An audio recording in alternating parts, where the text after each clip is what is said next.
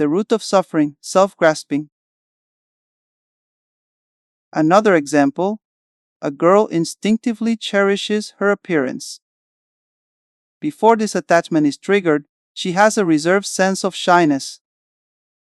However, under negative environmental influence, inflated self-cherishing can make her very open, without restraint.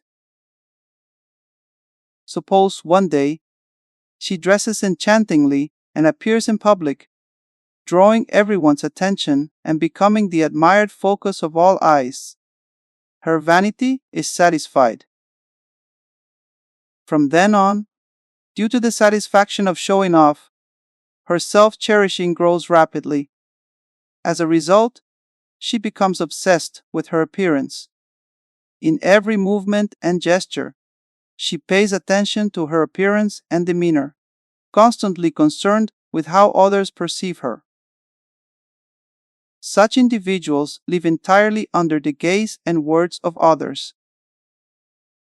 They care too much about what people say. Others' comments, rumors, and slander can plunge them into deep suffering and even suicide.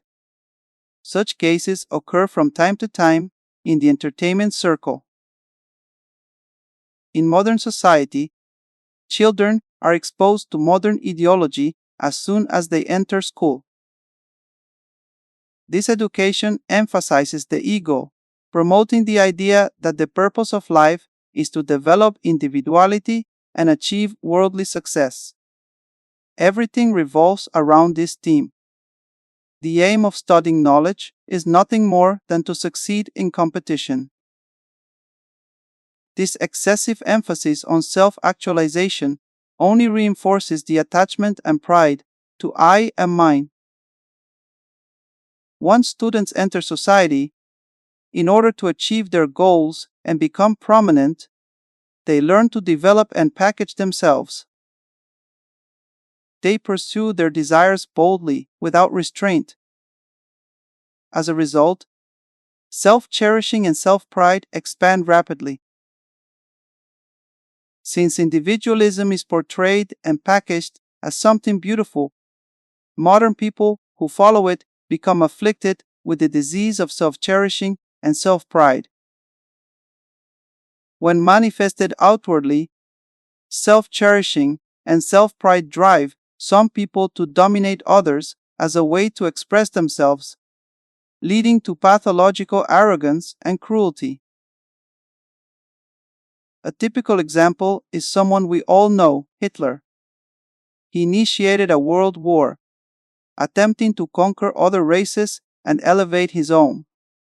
Ignorant of reincarnation, he was ruthless, taking lives with pathological cruelty. The Japanese militarists of that era behaved similarly. On the other hand, when manifested inwardly, self-cherishing and self-pride cause some individuals to drift further away from groups, making it difficult for them to interact with others. This sense of isolation traps them in a vicious cycle from which they cannot break free. Over time, such individuals may gradually develop mental disorders. The nature of self-cherishing and self-pride is the desire for everything to align with one's own will and the refusal to yield to others. Thus, those confined within the narrow space of ego cannot access the vast sky of freedom, nor can they open their minds to embrace others. The opposition and conflict between self and others grow increasingly intense. People in this era are trapped in the attachment to I and mine without any freedom.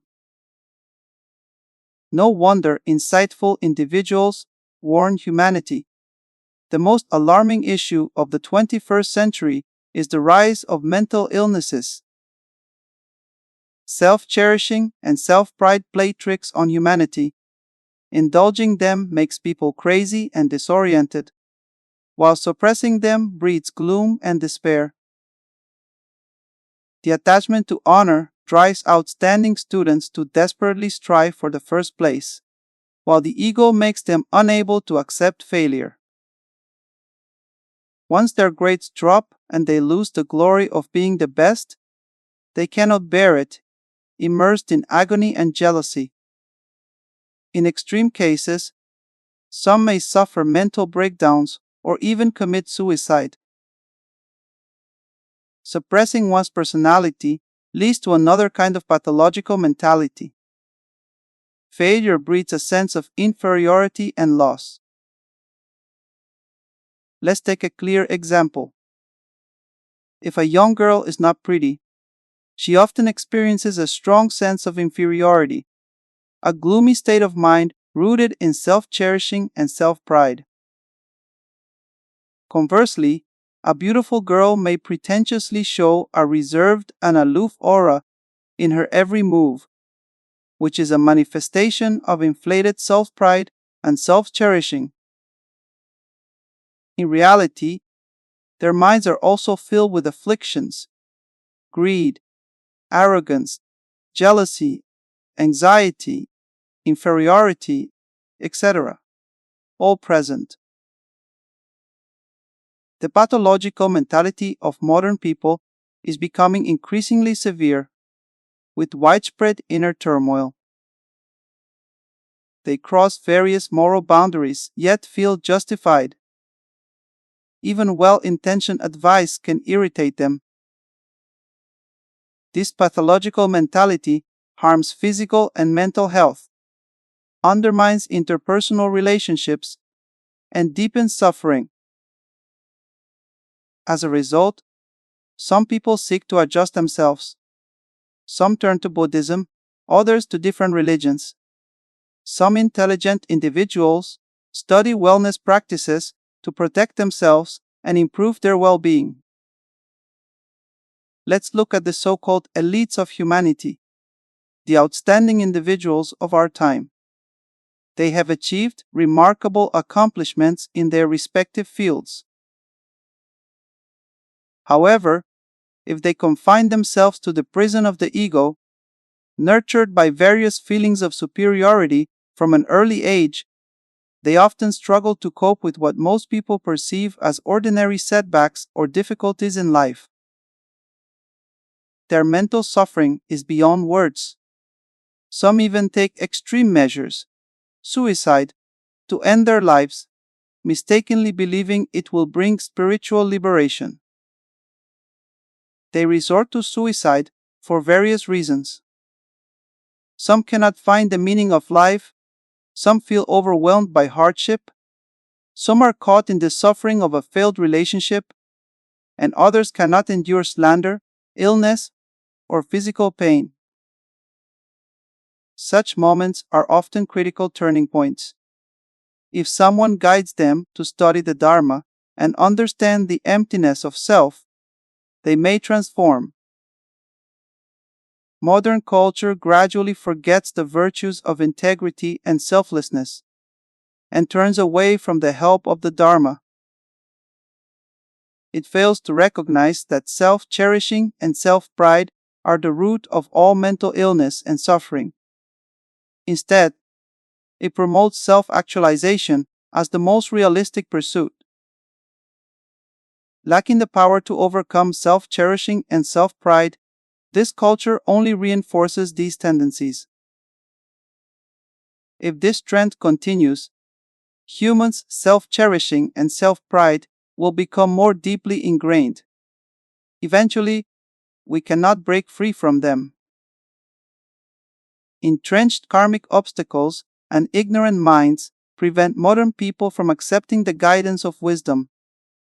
As a result, the light of the Dharma cannot shine their dark, closed minds.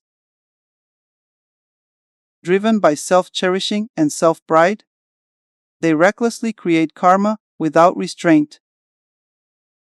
At the end of the kalpa, people will instantly feel anger upon seeing one another, completely out of control. Driven by intense self-cherishing and self-pride, they will attack each other relentlessly.